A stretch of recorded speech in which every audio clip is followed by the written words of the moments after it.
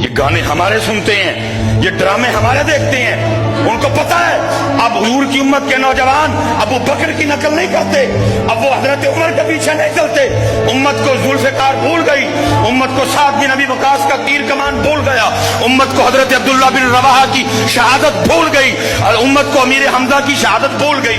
अब उम्मत पफ बनाती है, उम्मत ने दाढ़ी रखनी छोड़ दी, उम्मत ने अपने अकाबरीन के पीछे चलना छोड़ दिया। उम्मत तो नबी की है, उम्मत तो मोहम्मद की है, लेकिन नकल हमारे अख्तरों की करती है।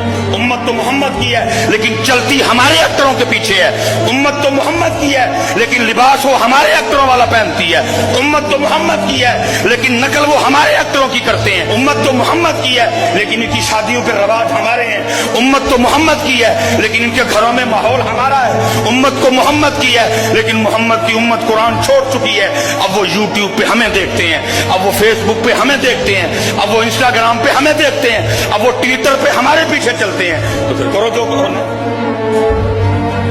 गैरत ईमानी हुक्मरानों की तो बात ही कोई नहीं, ये तो कुर्सी के पीछे पागल हो चुके हैं। इनकी गैरत ईमानी दफन हो गई, ये अपनी अपनी गैरत ईमानी को जाके दफन कर आए वहां। इनसे कोई उम्मीद नहीं, भला होना चाहिए था, बाइकाट होता, कुछ भी नहीं। एक करारदाद पेश की गई, इसको मंजूर कर दिया गया। ना उम्मत को कुछ हुआ, ना हुक्मरानों को कुछ हुआ।